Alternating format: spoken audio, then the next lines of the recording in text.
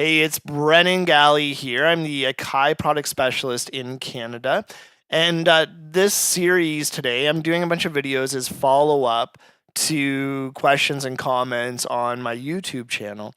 You can also find my content at fiercemuleproductions.com. I post a bunch of stuff there and kind of keep everything organized that I'm working on. So I want to cover, I had one question about bringing in sounds. Actually, I've had a couple questions about using sounds from other sources. I've shown vinyl chopping in a video. I've shown how to play guitar into it and use that. But this is more from like stuff from a Pro Tools rig, that kind of idea. So I'm going to go to new project and we're just going to get all that sorted. I'm going to show you how I figure this stuff out. So I'm going to go to empty project and start from 0. And I'm going to bring in some content that I've already prepared ahead of time. So this is stuff that I did. It's from Dwight Shank's record. I do a lot of stuff with Dwight Shank and Ian Light and a few other people. So I'm going to go to browse and I want to find it on my places. And I'm going to go and search on this fast MPC. That's what I called my SD card that's in the front here. You can see I have a eject next to it, all that kind of stuff. But I want to take a look there. And now I want to take a look at waveform. So I'm going to go waveform and it sort of changes the files that I have available. I've taken content from Plus a Hotel, which is on Dwight's record Fear of Insomnia. And that's, it's called Benefits of Insomnia. And that's available. He's got a Bandcamp and stuff. And so I took elements of that song and I put it into this folder. Put it onto my SD card and popped it in. So that's really all the processing you have to do to get things started is put onto an SD or a USB. And then I get things like, so let's turn on Audition. And we're going to take a look at things like instrument uke intro. So it's just like a nice little hit. Let's see what else is in there.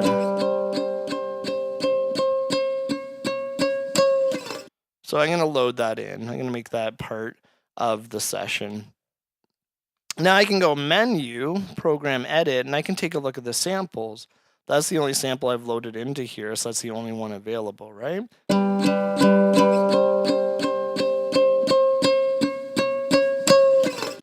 That's great. So now we have that in there. It's already figured out for me as well what the BPM is, 84 BPM. So I know that, and you can see that. Sorry, I'll go menu, program edit.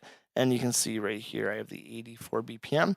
I could also tap tempo. So if there wasn't any data on that file, I could tap tempo it in.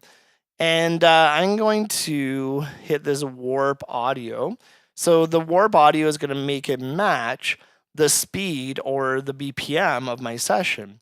So the original BPM was 84 BPM. So if I set it here, if I press a pad, that's how quick it's going to play back. But if I press the pad and then increase the BPM,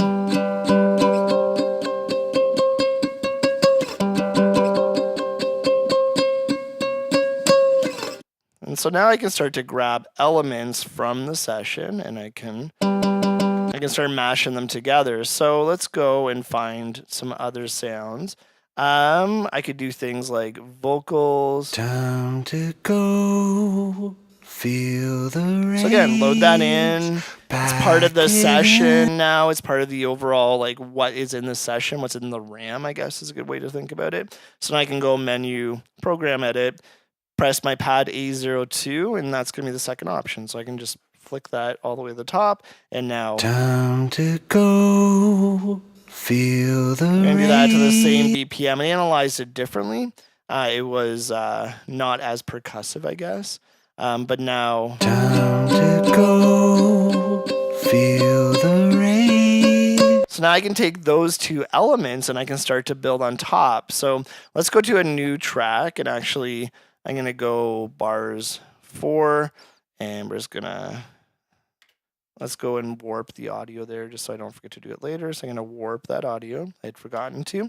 And so now I can go 1, 2, 3, and I'm going to have that. Time to go, feel and I'm going to bring down the volume just a touch. Pack it in, count the days we'll meet again. Right, so I've taken that and sampled it in. And now I can go to a new track, browse my content, and say, okay, I want drums. vintage kit, right? Just gonna set it at a time because it's playing a quick sample. Double tap stops everything though. So then I can add drums into there.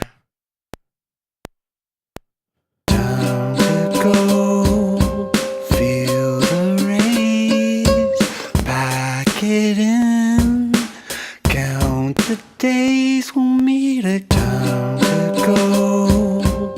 Feel the rays, pack it in. Count the days will meet a time to go. And so then I have a groove in there. And it's all going to match together. Count the days will meet a time to go.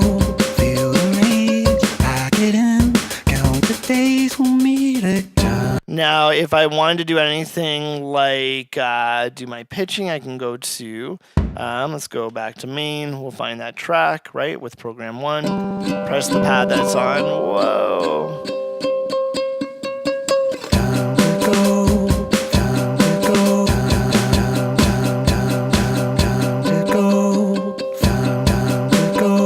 A lot of fun.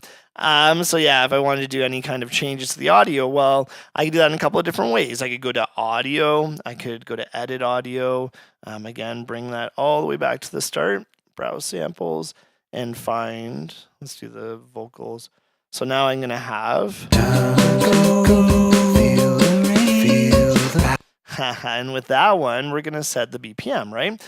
So we know, let's go here. We're going to go and warp it.